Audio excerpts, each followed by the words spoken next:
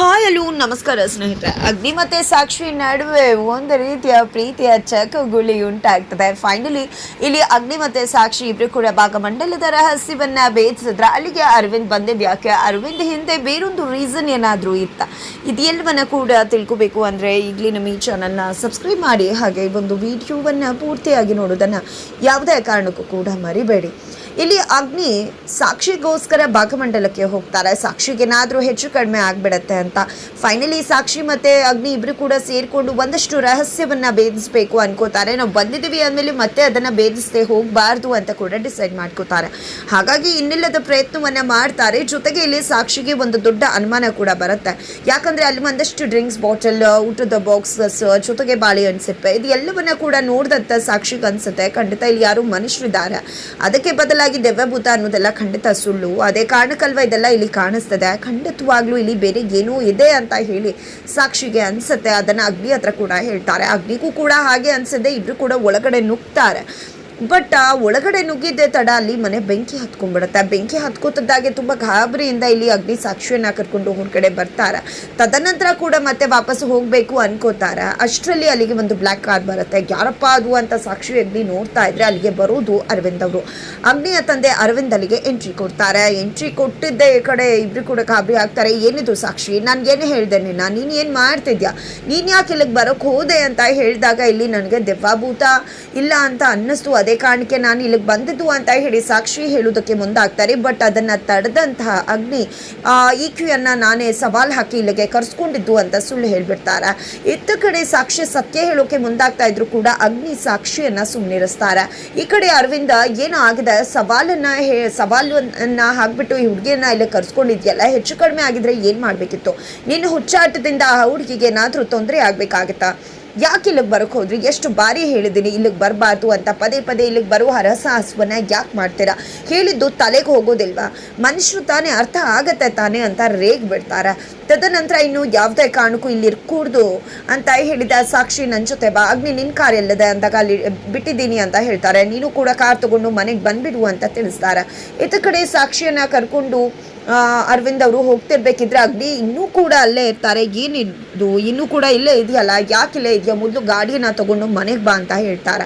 ಅಗ್ನಿ ಕೂಡ ಗಾಡಿನ ತಗೊಂಡು ಮನೆಗೆ ಬರ್ತಿದ್ದಾರೆ. ಈ ಕಡೆ ದಾರಿಯಲ್ಲಿ ಸಾಕ್ಷಿ ಮತ್ತು ಅರವಿಂದ ದಾರಿ ಮಧ್ಯದಲ್ಲಿ ನಿಲ್ಲಿಸ್ತಾರೆ. ಅಲ್ಲಿ ಕಾಫಿ ಕುಡಿಯೋದಕ್ಕೆ ಅಂತ ಹೇಳಿ ನಿಲ್ಲಿಸ್ತಾರೆ. ಅದೇ ಸಮಯದಲ್ಲಿ ತನ್ನ ತಂಗಿಗೆ ಕರೆ ಮಾಡಿ ನಾನು ಮನೆಗೆ ಬರ್ತಾ ಇದ್ದೀನಿ, ಇನ್ನು ಒಂದು 15 ನಿಮಿಷ ಮನೆಗೆ ಬರ್ತೀನಿ ಅಂತ ಸಾಕ್ಷಿ ಹೇಳ್ತಾರೆ. ಅತ್ತ ಕಡೆ ಅಗ್ನಿಯ ಮನೆಯಲ್ಲಿ ಅದಿತಿ ಹತ್ರ ಹೋದಂತಹ ಮನೀಶ್ ಹಾಗೆ ನಿಕ್ಕಿ ಇಬ್ರು ಕೂಡ ಸೇರ್ಕೊಂಡು ಸಾಕ್ಷಿಯಿಂದನೇ ಇಷ್ಟೆಲ್ಲ ಆಗ್ತಿರೋದು. ಸಾಕ್ಷಿ ಮನೆಗೆ ಬಂದ್ಮೇಲೆ ಏನೇನೆಲ್ಲ ನಡೀತದೆ, ಬ್ರೋ ಲೈಫಲ್ಲಿ ಮೊದಲು ಬಂದಿದ್ದೆ ಅವನು ಜೈಲಿಗೆ ಹೋಗ್ಬೇಕಾಯ್ತು, ಜೈಲಿಂದ ಮತ್ತೆ ವಾಪಸ್ ಬರಬೇಕಾಯ್ತು, ಅವತ್ತು ಅವಮಾನ ಆಗಿ ದೊಡ್ಡ ವೈರಲ್ ವಿಡಿಯೋ ಆಯಿತು. ಜೊತೆಗೆ ಮತ್ತೊಮ್ಮೆ ಇಲ್ಲಿ ಅರವಿಂದ ದೊಡ್ಡಪ್ಪಂಗೆ ಆರೋಗ್ಯದಲ್ಲಿ ಏರುಪೇರಾಯಿತು. ಈಗ ಭಾಗಮಂಡಲದ ವಿಷಯ, ಇದೆಲ್ಲದಕ್ಕೂ ಕೂಡ ಸಾಕ್ಷಿನೇ ಕಾರಣ ಅಲ್ವಾ, ಸಾಕ್ಷಿನಿಂದಾನೇ ಅಲ್ವಾ ಇಷ್ಟೆಲ್ಲ ನಡೀತಿರೋದು. ಸಾಕ್ಷಿ ಇಲ್ಲಿ ಬರೋಕ್ಕೂ ಮುನ್ನ ಎಲ್ಲ ಸರಿಯಾಗಿ ಇರ್ತಿತ್ತಲ್ವಾ ಅಂತ ಹೇಳಿದಾಗ ಇಲ್ಲಿ ಅದಿತಿ ನೀವು ಹೇಳೋದು ಒಂದು ರೀತಿ ಕರೆಕ್ಟ್ ಆಗೇ ಇದೆ, ಆದರೆ ಸಾಕ್ಷಿ ನಿಜವಾಗ್ಲೂ ಬೋಲ್ಡ್ ಹುಡುಗಿ. ನಾವು ಎಷ್ಟೋ ಬಾರಿ ಭಾಗಮಂಡಲದ ಬಗ್ಗೆ ಮಾತಾಡ್ಕೊಂಡಿದ್ವಿ, ಬಟ್ ಹೋಗೋ ಧೈರ್ಯ ನಮ್ಮ ಹತ್ರ ಇರಲಿಲ್ಲ. ಬಟ್ ಅವಳು ನಮಗಿಂತ ಒಂದು ಹೆಜ್ಜೆ ಮುಂದೆ ಧೈರ್ಯ ಮಾಡಿ ಅಲ್ಲಿಗೆ ಹೋಗಿದ್ದಾಳೆ. ಜೊತೆಗೆ ಇಲ್ಲಿ ಸಾಕ್ಷಿ ಯಾವ ರೀತಿಯಲ್ಲೂ ಕೂಡ ನೇರವಾಗಿ ಕಾರಣ ಆಗಿಲ್ಲ. ನಿಜ ಹೇಳಬೇಕು ಅಂದರೆ ಅಣ್ಣ ಜೈಲಿಗೆ ಹೋಗೋದಕ್ಕೆ ಸಾಕ್ಷಿ ಕಾರಣ ಅಲ್ಲ. ಅವತ್ತು ವೈರಲ್ ವಿಡಿಯೋ ಆಯ್ತಲ್ವ ಕೆಸರೆಡ್ಸೋದು, ಅವತ್ತು ಅವಳು ಅಲ್ಲಿ ಆಕಸ್ಮಿಕವಾಗಿ ಪ್ರೆಸೆಂಟ್ ಇದ್ಲು ಅಷ್ಟೇ, ಅವಳಿಂದ ಏನೂ ಆಗಲಿಲ್ಲ. ಜೊತೆಗೆ ಅಪ್ಪನಿಗೂ ಹುಷಾರ ಹೋಗೋದಕ್ಕೂ ಇವಳಿಗೂ ಏನು ಕಾರಣ, ಏನು ಸಂಬಂಧ ಇದೆ, ಸುಮ್ಮನೆ ವಿನಾಕಾರಣ ಇಲ್ದಿರೋದನ್ನು ಮಾತಾಡಬಾರ್ದು. ಸಾಕ್ಷಿಯಿಂದ ಯಾವುದೇ ರೀತಿಯಲ್ಲೂ ಪ್ರಾಬ್ಲಮ್ ಆಗಿಲ್ಲ, ಬಟ್ ಇನ್ಸಿಡೆಂಟ್ ಆ ರೀತಿ ಸಂಭವಿಸಿದೆ ಅಷ್ಟೇ ಅಂತ ಹೇಳಿ ಅದಿತಿ ಸಾಕ್ಷಿ ಪರವಾಗಿ ಬ್ಯಾಟಿಂಗ್ ಮಾಡ್ತಾರೆ. ನಿಕ್ಕಿ ಮತ್ತು ಮನೀಶ್ ಅನ್ಕೊಂಡು ಬಂದಂಥ ಪ್ಲಾನ್ ಫ್ಲಾಪ್ ಆಗುತ್ತೆ. ಬಿಕಾಸ್ ಅಮ್ಮ ಮಕ್ಕಳು ಎಲ್ರಿಗೂ ಕೂಡ ತುಂಬ ಚೆನ್ನಾಗಿ ಗೊತ್ತು ಸಾಕ್ಷಿ ದಿನೇ ದಿನೇ ಈ ಮನೆಗೆ ಹತ್ರ ಆಗ್ತದಾಳೆ, ಮೊದಲು ಅವಳನ್ನ ಇಲ್ಲಿಂದ ಓಡಿಸಿದ್ರೆ ತಾವು ಸೇಫ್ ಆಗೋದು ಅಂತ. ಹಾಗಾಗಿ ಹೀಗಾದರೂ ಮಾಡಿ ಅದಿತಿ ಮುಖಾಂತರನಾದರೂ ಸಾಕ್ಷಿಯನ್ನ ಮನೆಯಿಂದ ಒಂದು PA ಜಾಗದಿಂದ ಕಳಿಸ್ಬೇಕು ಅಂತ ಯೋಚನೆ ಮಾಡ್ತಾರೆ. ಬಟ್ ಅದು ಸಕ್ಸಸ್ಫುಲ್ ಆಗೋದಿಲ್ಲ.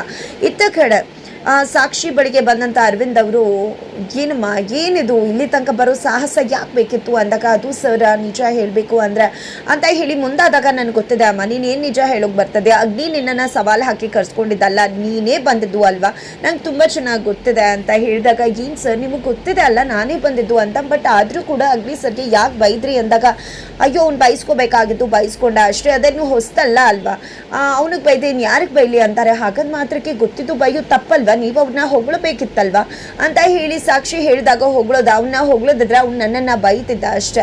ನಿನ್ಗೆ ಗೊತ್ತಿಲ್ಲ ಅಮ್ಮ, ನಮ್ಮ ನಡುವೆ ಪ್ರತಿ ಬಾರಿ ಏನೇನು ನಡೀತಾನೆ ಇರುತ್ತೆ, ನಿಜ ಹೇಳಬೇಕು ಅಂದರೆ ಅವನು ನನ್ನ ಹೊಗಳಿದ್ರೆ ನನ್ನನ್ನು ಇನ್ನೇನೋ ರೀತಿಯಲ್ಲಿ ನೋಡ್ಬಿಡ್ತಾನೆ, ಅದಕ್ಕೆ ಅವನು ಬೈಸ್ಕೊಳ್ಳೋದೇ ಉತ್ತಮ ಅಂತ ಹೇಳಿ ಬೈದೆ ಅಷ್ಟೇ ಅಂತ ಹೇಳಿ ಅರವಿಂದ್ ಅವ್ರು ಹೇಳ್ತಾರೆ. ಆದರೂ ಸರ್ ಆ ಜಾಗದಲ್ಲಿ ನನಗೆ ಯಾವುದೋ ದೆವ್ವಭೂತ ಅಂತ ಅನ್ನಿಸ್ಲಿಲ್ಲ ಸರ್, ಅಲ್ಲಿ ಮನುಷ್ಯರು ಇದ್ದಾರೆ ಅಂತ ಅನ್ನಿಸ್ತದೆ ಅಂತ ಆ ವಿಷಯವನ್ನು ಸಾಕ್ಷಿ ಮಾತಾಡೋದಕ್ಕೆ ಮುಂದಾದಾಗ, ನೋಡು ಸಾಕ್ಷಿ ದಯವಿಟ್ಟು ನೀನು ಆ ವಿಷಯವನ್ನು ಮಾತಾಡಬೇಡ, ಆ ವಿಷಯನ ಇಲ್ಲಿಗೆ ಬಿಟ್ಬಿಡು, ದಯವಿಟ್ಟು ನನಗೆ ಭಾಷೆ ಕೊಡು, ಇನ್ನು ಮುಂದೆ ಭಾಗಮಂಡಲದ ವಿಷಯವನ್ನು ಎತ್ತುವುದಿಲ್ಲ ಅಂತ ಹೇಳಿ ಮಾತು ತಗೋತಾರೆ ಸಾಕ್ಷಿಯಿಂದ ಅರವಿಂದ್ ಅವರು.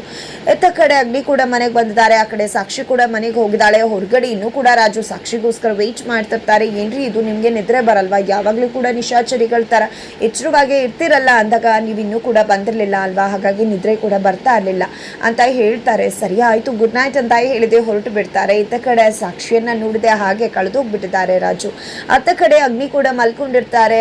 ಅಲ್ಲಿಗೆ ಅದಿತಿ ಬರ್ತಾಳೆ. ಬರ್ತಿದ್ದಾಗೆ ಅದಿತಿಯನ್ನು ನೋಡಿದ್ದೆ ಬೆಚ್ಚ ಬೀಳ್ಬಿಡ್ತಾರೆ.